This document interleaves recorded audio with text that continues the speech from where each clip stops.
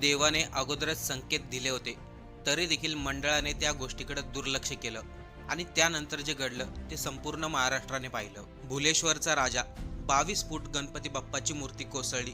त्यामध्ये मंडळाचे अध्यक्ष पदाधिकारी यांचा मृत्यू झाला. याशिवाय 7 लोक गंभीर जखमी झाले. गणपती बाप्पाची भव्य मिरवणूक काढण्यात आली. त्या दरम्यान ही घटना घडली. पण या घटनेमध्ये आता लोक म्हणतात, देवाने अगोदर संकेत दिले होते तरी देखील त्या गोष्टीकडे दुर्लक्ष का केलं. तर दुसरीकडे या घटनेचं कारण रस्त्यावरील खड्डे सांगण्यात येत आहे. मूर्तिकाराने सांगितलेलं सत्य वेगळंच. नेमकं देवाने असे काय संकेत दिले होते? 22 फूट उंच गणपती बाप्पाची मूर्ती नेमकं कसं काय कोसळली? मूर्तिकाराने काय सांगितलं होतं तेच आपण या व्हिडिओमधून पाहू. राज्यामध्ये गणपती बाप्पाच्या आगमनाची लगबग सुरू झाली. विशेषतः गणेश उत्सव म्हटलं की सर्वांना आठवते ती मुंबई. पूर्ण भारतामध्ये काय जगामध्ये पाहिलं तर सर्वात जास्त गणेश उत्सव मोठ्या आनंदात साजरा केला जातो तो मुंबईमध्ये. मोठे मोठे डेकोरेशन असतात, ढोल ताशांचा गजर असतो आणि आरस पाहण्यासाठी झालेली लोकांची गर्दी. मात्र या आनंदाच्या वातावरणामध्ये शनिवारी एक मोठी दुर्घटना घडली. त्या घडलेल्या घटनेने अक्षरशः मन सुन्न होऊन गेले.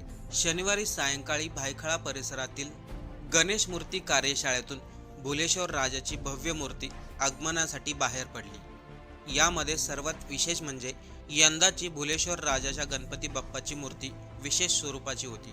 थायलंडमधील एका प्रसिद्ध मंदिरातील गणेश मूर्तीपासून प्रेरणा घेऊन भुलेश्वर राजाची मूर्ती बनवण्यात आली होती. भायखळ्यामधील मूर्तिकार अनिकेत देसाई यांनी ही मूर्ती बनवली होती. पण ज्यावेळेस गणपती बाप्पाची मूर्ती कारखान्यामधून बाहेर पडत होती त्यावेळेस काही अडचणी जाणवल्या होत्या. प्रत्यक्षदर्शी आणि कारखान्यामधील लोकांनी सांगितलं होतं, मूर्तीच्या गळ्यामधील हार निसटला होता. त्याचबरोबर मागच्या बाजूचं वेल्डिंग देखील तुटलं होतं.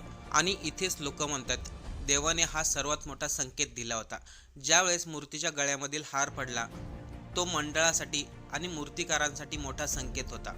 यावरती मूर्तिकार अनिकेत देसाई यांनी मंडळाला सांगितलं, मूर्ती पूर्णपणे सुकलेली नाहीये, तुम्ही आणखीन 10 दिवस ठेवा, नंतर घेऊन जा.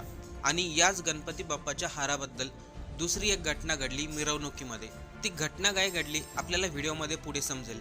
मूर्तिकार अनिकेत देसाई यांनी स्पष्ट सांगितलं, मूर्ती पूर्णपणे सुकलेली नाहीये, तुम्ही घेऊन जाऊ नका, वेल्डिंगचं कामही अपूर्ण आहे. पण मंडळाने सांगितलं, आत्ताच्या परिस्थितीमध्ये आम्हाला मूर्ती मंडपामध्ये घेऊन जाणं गरजेचं आहे, आम्हाला डेकोरेशन करायचे, त्यासाठी आम्ही खास करून इंदोरवरून डेकोरेशन बोलवलंय.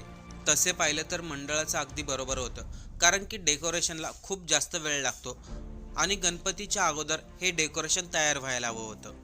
त्यामुळे मंडळाने मूर्ती घेऊन जाण्याचा निर्णय घेतला. पण इथे काय झालं, मूर्तिकाराने सांगितलं होतं मूर्ती पूर्णपणे सुकलेली नाही, पाठीमागची वेल्डिंग देखील तुटलेली होती.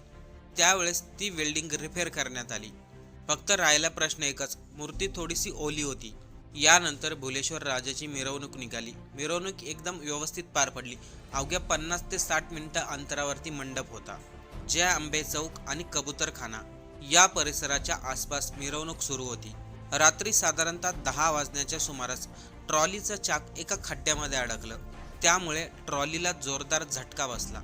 या झटक्यामुळे गणपती बाप्पाच्या मूर्तीला देखील हादरा बसला आणि त्यावेळेस घटना घडली अशी, सर्वात अगोदर मूर्तीच्या गळ्यामधील हार खाली पडला.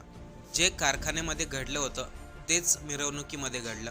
काही लोक म्हणतात हेच देवाचे संकेत होते, देवाने अगोदरच संकेत दिले होते. कदाचित हा काही लोकांच्या श्रद्धेचा भाग असू शकतो. मिरवणुकीमध्ये गणपती बाप्पाच्या गळ्यातील हार खाली पडल्यानंतर मूर्ती हलली आणि त्याच्या पाठीमागच्या बाजूचं वेल्डिंग तुटलं.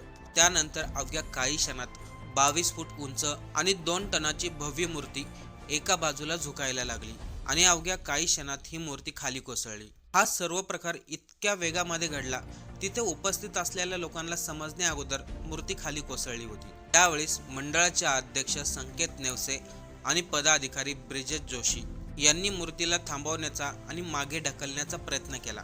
पण मूर्तीचं वजन 2 टन होतं. याशिवाय मूर्ती उंच देखील होती.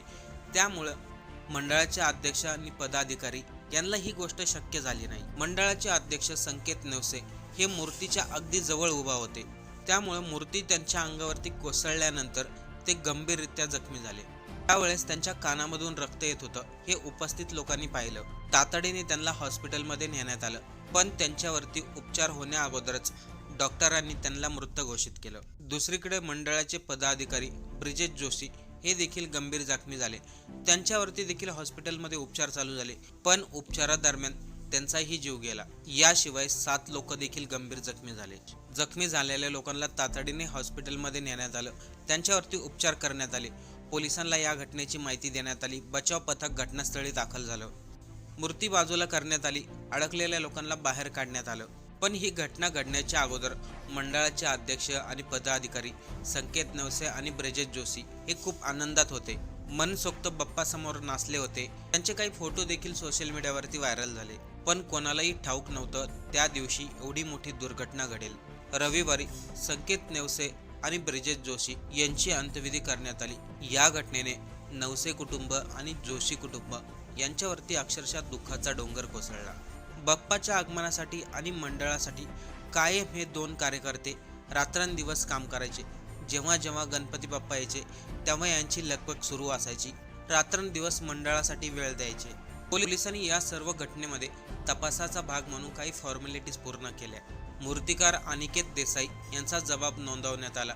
त्यांनी मंडळाला अगोदरच सांगितलं होतं मूर्ती पूर्णपणे सुकलेली नाही आणि मूर्ती ज्या ठिकाणी ठेवली त्याची लोखंडी वेल्डिंग देखील कमजोर आहे. याशिवाय मूर्ती नेण्याच्या अगोदर गळ्यातील हार पडण्याचे संकेत. याशिवाय काही लोक असंही म्हणतात ही दुर्घटना घडलीच नसती जर रस्त्यावरती खड्डे नसते.